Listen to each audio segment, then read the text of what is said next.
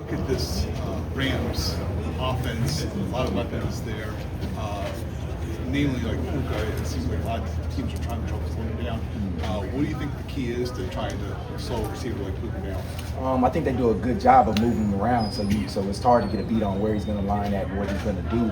I think the key is just making sure that we're lined up correctly and we got our cleats in the ground. They do a lot of motions and shifts. They probably motion more than any team in the National Football League. So we got to make sure that we're aligned right, that we're aligned quickly, and we're communicating on the same page to give ourselves a chance. Zach, what was your reaction to the Owe trade? And for a pass rush that's struggled to get going anyway, what does this mean for that group and that task of trying to get more pressure on the quarterback? Yeah, I think it's part of the business, man. I wish Doff well. I'm excited about Lowe that's come in. He's done a great job. Hats off to him. He got on a red eye, flew in, right in practice, made plays, communicating like he was here throughout the whole training camp. So I think that we just had to find ways to generate pass rush, even if Doff was here, man. So we got to get more creative. We got to be better putting stuff together, and we got to execute better. What do you kind of see as what you can do with Kyle Hamilton potentially?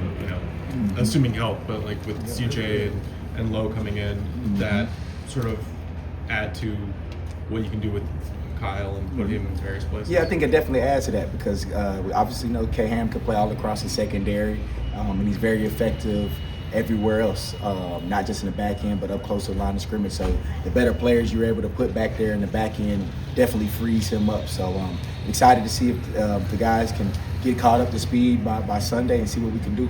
I'd imagine just with all the injuries the last few weeks, you got to be feeling like a technician who's looking at a car, like, okay, does this part fit in? Does this part in? How has that felt, and has it been sort of a grind? It's definitely been a grind. A lot of the injuries that's popped up have been during the week, so you kind of put a game plan together, and you have to retool it,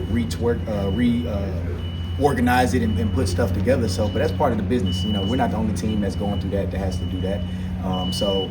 It's definitely a grind, but that's what we signed up for, and we feel like we got the coaches and the players to, no matter who we put out there, to go out there and play good football. So I guess there a feeling in the course of a season, struggling teams, it's often speculated that major changes will happen during the bye week. Are you worried about job security, or are you able to block that out? Yeah, I'm able to block that out, man. I'm honestly not worried about it. I'm just focused on this Sunday. If you probably asked me last year, I probably would honestly tell you that it would be something that would bother me or get to me. But I've grown closer in faith to God, honestly, and I know that He's in control, man. And everything that's going to happen is going to be written. It's already done. All I got to do is go out there and just continue to work day by day and put my best foot forward. And, so I'm not really worried about what happens. I'm just worried about finding a way to get a win on Sunday and stop a high-powered offense with LA coming in. Zach, to be honest, it just doesn't, since you took this job, it just doesn't feel like there's been a week where, your job hasn't been speculated on. You mentioned sort of adapting, being closer in faith. Are there some strategies that you've learned over the last year and a half to kind of be better at dealing with that uncertainty? Yeah. First thing, like I said a couple weeks ago, stay off of social media. That is number one thing, man. I encourage, if something, if you don't, like what you see on there or like what you hear or whatever the case may be, then, just don't look at it, man, because that stuff can really infect your mind and your heart.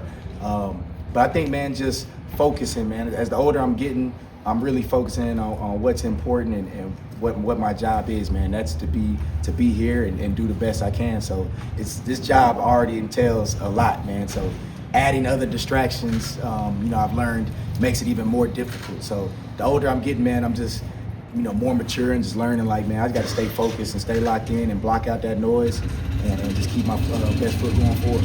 Zach, with the injury to Ardarius in May, was there a feeling that you couldn't really maximize Kyle's talents in part because of that? And is there a feeling that if you can move Kyle closer to the line of scrimmage more often, that he can help you against the run and blitzing and get more pass rush too. Yeah, I think all those are valid points, man. I mean, like I'm probably the biggest Ardarius Washington fan there is in this building. He got a lot of fans in this building. He's a heck of a player. He's a heck of a piece of our defense. So when he went down, you definitely had to reorganize and see how all the pieces and what's the best 11 to put on the field. But like K-Ham, he's gonna make an impact wherever he's at, and we just got to find ways to maximize his impact. So that's something that we're definitely looking at and look forward to doing. Zach, we have a couple weeks, like the last 2 games were 2 punts first total. What are the earliest signs, or what signs are you looking for Sunday moving forward that this is moving back in a good direction? I mean, obviously you can't necessarily fix everything overnight, but what are the earliest things you're looking for on Sunday? I'm looking for us to play with that passion, man.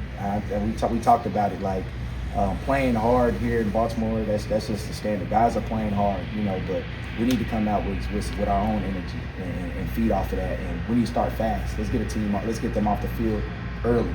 Let's not let them go down and drive the ball and get 7 points or get a field goal. So we need to start fast, bring the energy, and get our swag back. That's what I'm looking for.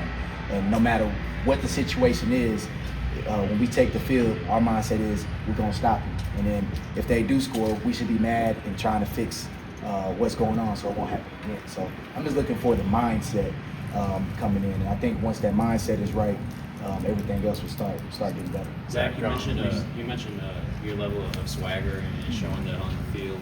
What do you think has contributed to the lack of takeaways? And do you think you guys are close in that department? Like, are there opportunities that have been there and just you guys haven't been able to come through? Yeah, I think the first thing is we gotta get teams into more true drop back situations, man. And there's definitely opportunities to get the football. My mindset and our mindset is, shoot, there's every time there's 50, 60, 70 plays being played. So regardless of a team's running the ball or throwing the ball, shoot, knock the ball off of them.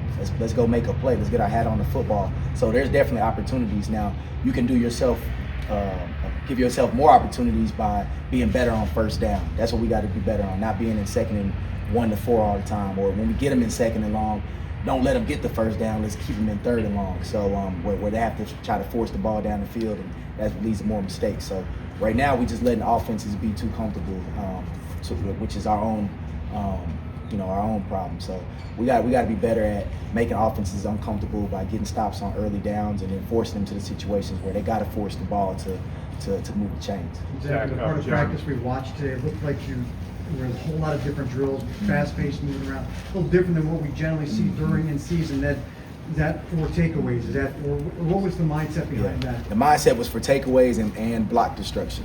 Like that's one of our issues we have right now is guys are striking blocks, but we're staying on blocks too long. Like strike the guy and get rid of him. So that's what we're working on that, and then obviously we're working takeaways because that's what we need to do. We haven't had a takeaway in 3 weeks, something like that. So which is crazy. So we have to have some takeaways. We'll take 2 more. John had said that he thinks the problems early last year were harder to fix than what you guys have to fix.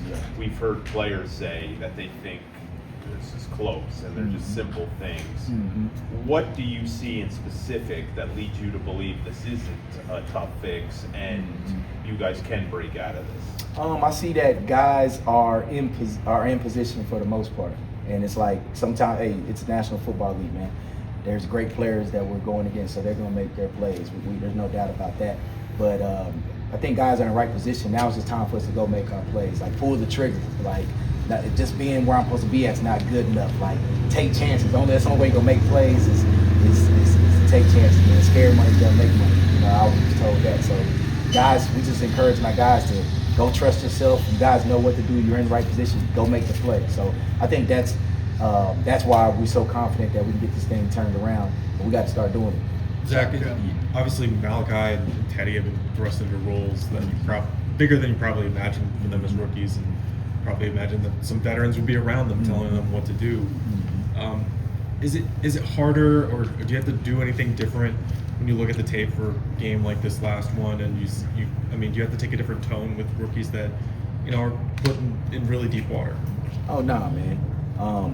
I think we've established a relationship with not just me as a coach, but all the coaches here, man. We're a family, so we're gonna have tough, honest conversations, and we're gonna have tough, honest film sessions, and that goes for everybody. We don't, we treat everybody fair. We don't disrespect anybody. But if you're doing what you're supposed to do, we're gonna praise it. If you're not doing what you're supposed to do, then we're gonna call it out and we're gonna correct it. And the guys understand that. And then regardless of what your status are, that's what we do. We coach everybody. So the rookies specifically, Teddy and Malachi, they're great. They want to be coached. They want to be good, and I appreciate those guys wanting to do that. So we don't change our tone for anybody. What's right is right in the football world here is right, and what's wrong is wrong. So we don't treat the rookies no different than anybody else. We expect them to go out there and play winning football. Thank you, Zach. Yeah, appreciate you.